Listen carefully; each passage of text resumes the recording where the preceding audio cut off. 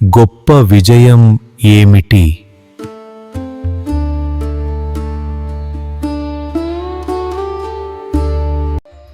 బయట ప్రపంచంలో శత్రువులను జయించడం సులభం కావచ్చు, కాని మన మనస్సులో పుట్టే కోరికలను జయించడం అత్యంత కఠినమైన యుద్ధం. మనిషి తన కోరికల బానిసగా ఉన్నంత కాలం అతను నిజమైన విజేత కాలేడు. కోరికలు మనిషిని భౌతిక విషయాల వైపు, అశాశ్వతమైన సుఖాల వైపు లాగుతాయి. ఎప్పుడైతే మనం కోరికలను అదుపులో ఉంచుకుంటామో అప్పుడే మనస్సు ప్రశాంతంగా, స్థిరంగా ఉంటుంది. ఈ స్వేచ్ఛే నిజమైన విజయం. కోరికలు ఇంద్రియాల ద్వారా పుడతాయి. కళ్ళు, చెవులు, ఇంద్రియాలు కోరినవన్నీ పొందేందుకు ప్రయత్నించడం వల్ల మనిషి తన వివేకాన్ని కోల్పోతాడు. కోరికలను జయించినవాడు తన ఇంద్రియాలను తన అదుపులో ఉంచుకుని సరైన మార్గంలో పయనిస్తాడు. భౌతిక కోరికలు తీరితే కలిగేది తాత్కాలిక సంతోషం, కాని కోరికలనే జయించినప్పుడు కలిగే ఆనందం లోపల నుండి వస్తుంది. అది ఎప్పటికీ తరిగిపోదు. ఇదే మనిషి సాధించాల్సిన అత్యున్నత విజయం. కోరికల్లేనివాడు అజాతశత్రువుతో సమానం. ఒక వ్యక్తి తనలో ఉన్న అనంతమైన కోరికలను జయించినప్పుడు అతను ప్రపంచంలో దేనికి లొంగని శక్తివంతుడిగా మారతాడు. తనను తాను జయించడమే ప్రపంచాన్ని జయించడంతో సమానం. గొప్ప బంధం ఏమిటి?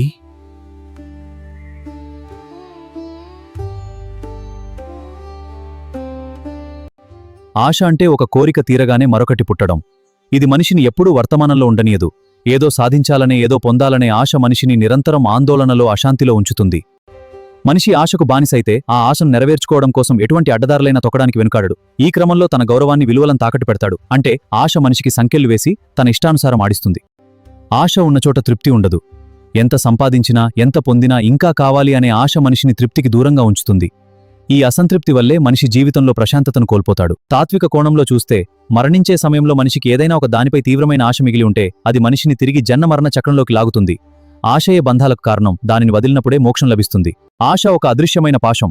అది మనల్ని మన సొంత కోరికలకే బందీలం చేస్తుంది. ఆశ లేనివాడు అన్నింటికంటే స్వతంత్రుడు, ప్రశాంతమైనవాడు. దీనిని అర్థం చేసుకోవడం ద్వారా మనం జీవితాన్ని మరింత తేలికగా, ఆనందంగా గడపొచ్చు.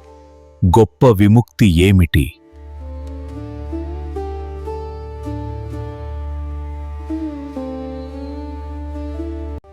మనిషి తనను తాను శరీరం అనుకుని కేవలం ఈ ప్రపంచానికే పరిమితమని భ్రమపడతాడు. భయం, మోహం, కోపం, అహంకారం, అజ్ఞానం వల్ల ఏర్పడే బంధనాలు, ఈ సంఖ్యలను తెంచుకునే శక్తి కేవలం జ్ఞానానికే ఉంది.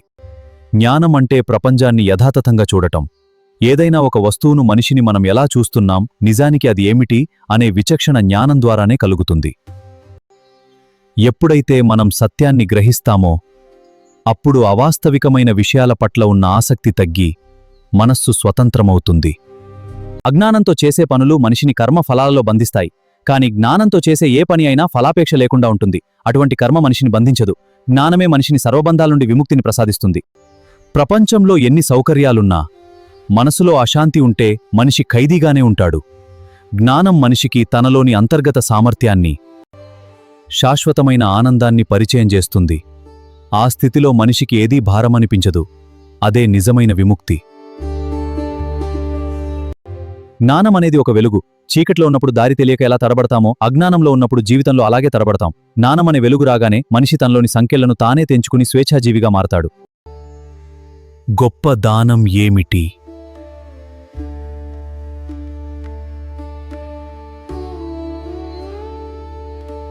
అన్నం పెడితే ఆకలి ఒక పూట తీరుతుంది. డబ్బు ఇస్తే కొంతకాలం ఉపయోగపడుతుంది. కాని జ్ఞానం ఇస్తే అది ఒక వ్యక్తి జీవితాంతం తన కాళ్లపై తాను నిలబడటానికి, సమస్యలను పరిష్కరించుకోవడానికి దారి చూపుతుంది. ఇది ఎప్పటికీ తరగని ఆస్తి. అజ్ఞానం అనే చీకటిలో ఉన్న వ్యక్తికి జ్ఞానం అనేది దీపం వంటిది. ఒకరికి సరైన మార్గాన్ని చూపించడం, సత్యాన్ని తెలియజేయడం ద్వారా వారి జీవితాన్ని మార్చే అవకాశం జ్ఞానదానానికి ఉంది. దానాలలో భూదానం, గోదానం, అన్నదానం వంటివి ఎంతో పుణ్యప్రదమైనవి. కాని ఒక వ్యక్తికి విచక్షణను, జ్ఞానాన్ని ఇచ్చే దానం అన్నింటికంటే మిన్న. ఎందుకంటే మనిషిని నైతికంగా, ఆధ్యాత్మికంగా ఉన్నతుడించేసేది జ్ఞానం మాత్రమే. మనం ఇచ్చిన వస్తువులు నశించిపోవచ్చు, కాని మనం పంచిన విజ్ఞానం ఒకరి నుండి మరొకరికి ప్రవహిస్తూ తరతరాల పాటు నిలిచి ఉంటుంది. సమాజంలో మంచి మార్పు రావడానికి జ్ఞానదానం అత్యంత ఆవశ్యకమైన మార్గం. జ్ఞానదానం అనేది ఒక వ్యక్తికి చేపను పట్టడం నేర్పించడం వంటిది. దీనివల్ల వ్యక్తికి ఆత్మవిశ్వాసం, వివేకం కలుగుతాయి. అదే అతనిని విజేతగా మారుస్తుంది. గొప్ప సేవ ఏమిటి?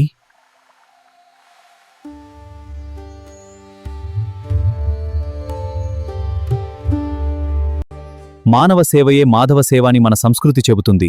తోటి మనుషుల కష్టాల్లో పాలుపంచుకోవడం, అవసరంలో ఉన్నవారికి అండగా నిలవడం ద్వారా మనం దైవాన్ని సేవించినట్లవుతుంది. పరసేవ అంటే ఏ ఆశ లేకుండా, ప్రతిఫలం కోరుకోకుండా చేసే పని.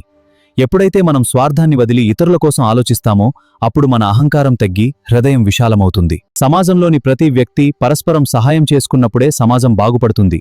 ఒకరికొకరు సాయం చేసుకోవడం వల్ల సమాజంలో ప్రేమ, సహానుభూతి పెరిగి అందరూ కలిసిమెలిసి ఉంటారు. ఇతరులకు సేవ చేయడం వల్ల కలిగే ఆనందం మరే ఇతర లౌకిక సుఖాల్లోనూ ఉండదు. సేవ చేయడం ద్వారా మనకు మానసిక ప్రశాంతత లభించడమే కాకుండా మన మనస్సులోని మాలిన్యాలు తొలగిపోతాయి. సేవ అనేది కేవలం ఒక పని కాదు, అది ఒక పవిత్రమైన యజ్ఞం. మనం ఈ భూమిపైకి వచ్చినప్పుడు ఏమీ తీసుకురాలేదు, వెళ్లేటప్పుడు ఏమీ తీసుకువెళ్ళము. ఈ మధ్యలో మనం ఇతరులకు ఎంత సాయపడ్డామన్నదే మన జీవితానికి నిజమైన సార్థకతను ఇస్తుంది. గొప్ప గౌరవం ఏమిటి? ధనమా, శౌర్యమా, కీర్తి గురించి ఆలోచిస్తున్నావా? నిజమైన గౌరవం ఏమిటో చెప్పు. ఒక వ్యక్తికి లభించే గౌరవం అతడు ధరించిన వస్త్రాల మీదో సంపాదించిన సంపద మీదో ఆధారపడి ఉండదు.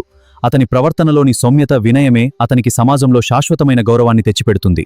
గర్వం మనిషిని అందరికీ దూరం చేస్తుంది, వినయం అందరినీ దగ్గరకు చేరుస్తుంది. వినయం కలిగిన వ్యక్తి శత్రువులను కూడా మిత్రులుగా మార్చుకోగలడు. ఇది ఎదుటివారి గౌరవాన్ని మనకు సహజంగానే తెచ్చిపెడుతుంది. నిజమైన జ్ఞానం ఉన్నవాడు ఎప్పుడూ వినయంతోనే ఉంటాడు. తాను అన్నీ తెలిసినోనేని విర్రవీగకుండా నిరంతరం నేర్చుకునే విద్యార్థిగా ఉండటమే వినయం. ఈ గుణమే మనిషిని జ్ఞానిగా, గొప్ప వ్యక్తిగా సమాజం ముందు నిలబెడుతుంది. పదవులు, హోదాలు తాత్కాలికం. ఒక వ్యక్తి వినయంతో ఉంటే ఆ పదవి ఉన్నా లేకున్నా ప్రజలు అతన్ని గౌరవిస్తారు. వినయం లేని అధికారం ఎంతకాలం ఉన్నా అది గౌరవాన్ని ఇవ్వలేదు. వినయం అంటే బలహీనత కాదు, అది ఒక గొప్ప వ్యక్తిత్వ సంపద. ఏ వ్యక్తి అయితే తన విజయాన్ని, జ్ఞానాన్ని తలకించుకోకుండా వినమ్రుడై ఉంటాడో ఆ వ్యక్తి సమాజంలో అత్యంత గౌరవనీయుడిగా నిలుస్తాడు. గొప్ప ఆశ్చర్యం ఏమిటి?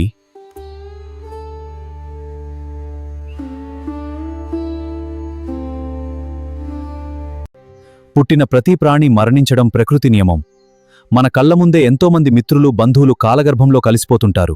అయినప్పటికీ మనిషి తన మరణాన్ని గుర్తించడు. రేపు తాను ఉంటానో లేదో తెలియని పరిస్థితి ఉన్నా మనిషి సంవత్సరాల తరబడి ప్రణాళికలు వేస్తూ ఆశలతో బ్రతుకుతుంటాడు. మరణం తన దరిదాపుల్లో కూడా లేదన్నట్లుగా ప్రవర్తించడమే అతిపెద్ద ఆశ్చర్యం. మనిషి తన శరీర సౌందర్యం మీద, సంపద మీద, అధికారం మీద గల అహంకారంతో తన అంతిమ గమ్యాన్ని మర్చిపోతాడు. మరణం ఎప్పుడు ఎలా వస్తుందో తెలియని అభద్రతను కూడా లెక్క చేయకుండా తాత్కాలిక సుఖాల కోసమే పరితపిస్తుంటాడు. మరణం గురించి తెలుసుకోవడం అంటే భయపడటం కాదు, అది రాకముందే మన జీవితానికి ఒక అర్థాన్ని, సార్థకతను చేకూర్చుకోవడం. చాలామంది మరణాన్ని ఒక భయంకరమైన విషయంగా భావించి దాని గురించి ఆలోచించడమే మానేస్తారు. అత్యంత విచిత్రమైన విషయం. మరణాన్ని మర్చిపోయి బ్రతకడం అంటే కాలాన్ని వృధా చేసుకోవడమే. మన జీవితం తాత్కాలికమని గుర్తించినప్పుడు మాత్రమే మనం ప్రతిక్షణం ధర్మబద్ధంగా, అర్థవంతంగా జీవించగలం. గొప్ప ఉపదేశం ఏమిటి?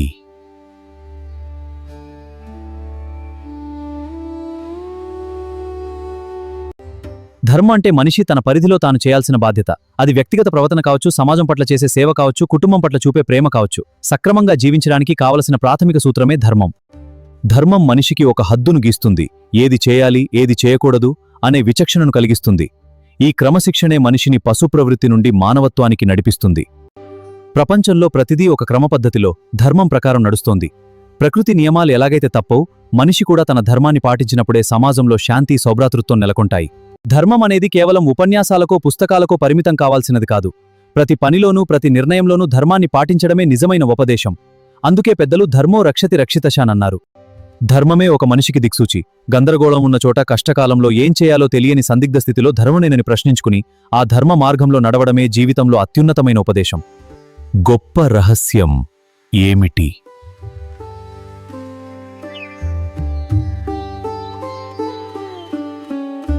మనం ఎక్కడి నుండి వచ్చాము, చనిపోయాక ఎక్కడికి వెళ్తాము, ఈ జనన మరణాల మధ్య ఉండే ఈ జీవితం ఎందుకు అనే ప్రశ్నలకు సమాధానం దొరకడమే అతిపెద్ద రహస్యం. ఇది తెలిస్తేనే మనిషికి సంపూర్ణమైన జ్ఞానం కలుగుతుంది. ప్రతి మనిషి జీవితంలో జరిగే సంఘటనలు యాదృచ్ఛికం కావు.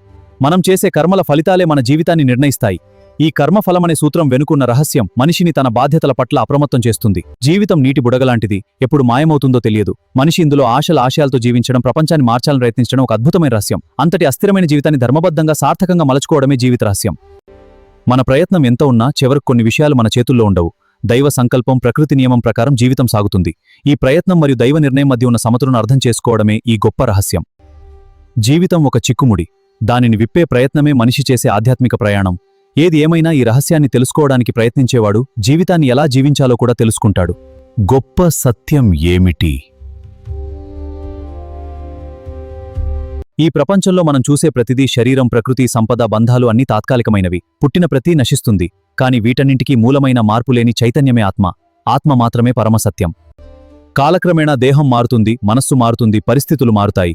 కాని ఈ మార్పులన్నింటినీ గమనించే సాక్షిగా ఉండే ఆత్మ ఎప్పటికీ అలాగే ఉంటుంది. అందుకే ఇది కాలాతీతమైన సత్యం. ఒక వ్యక్తికి మరో వ్యక్తికి మధ్య తేడా ఉన్నా అందరిలోనూ ఉన్న జీవ చైతన్యం ఒకటే. ఆ చైతన్యమే సత్యమని గుర్తించడమే జ్ఞానం. నేను వేరు, నువ్వు వేరు తొలగిపోయి అంతా ఒక్కటే అని తెలిసే స్థితిని సత్యం అంటారు.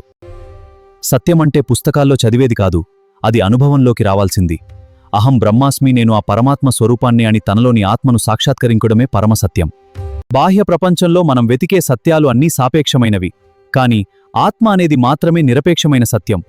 ఈ సత్యాన్ని తెలుసుకున్నవాడే అన్ని సంకెళ్ల నుండి విముక్తుడవుతాడు. ధర్మరాజా, నీ సమాధానాలు అద్భుతం.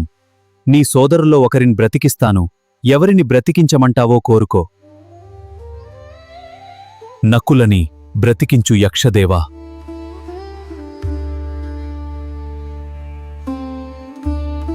అర్జునుడు, భీముడు వంటి బలవంతులు ఉండగా నీకు అంతగా సాయపడని నకులుని ఎందుకు కోరుకున్నావు? కుంతీదేవికి నేను ఒకడిని బ్రతికి ఉన్నాను. మా పినతల్లి మాద్రికి కూడా ఒక కుమారుడు బ్రతికి ఉండాలి కదా. అందుకే ధర్మం ప్రకారం ఇద్దరు తల్లులకు సమానంగా ఒకరు ఉండాలని నకులుని కోరుకున్నాను. ధర్మరాజు యొక్క ఈ నిష్పక్షపాత బుద్ధికి, ధర్మనిరతికి యక్షుడు ముగ్ధుడైపోయాడు. అప్పుడు యక్షుడు తన నిజస్వరూపాన్ని బయటపెట్టాడు. యక్షుడు మరెవరో కాదు, యమధర్మరాజు. యమధర్మరాజు ధర్మరాజు నిజాయితీని మెచ్చి మరణించిన నలుగురు సోదరులను భీముడు, అర్జునుడు, నకులుడు, సహదేవుడు అంటే తన తమ్ముళ్లందరినీ బ్రతికించాడు. ధర్మరాజా, నీకు ఏమి వరములు కావాలో కోరుకో.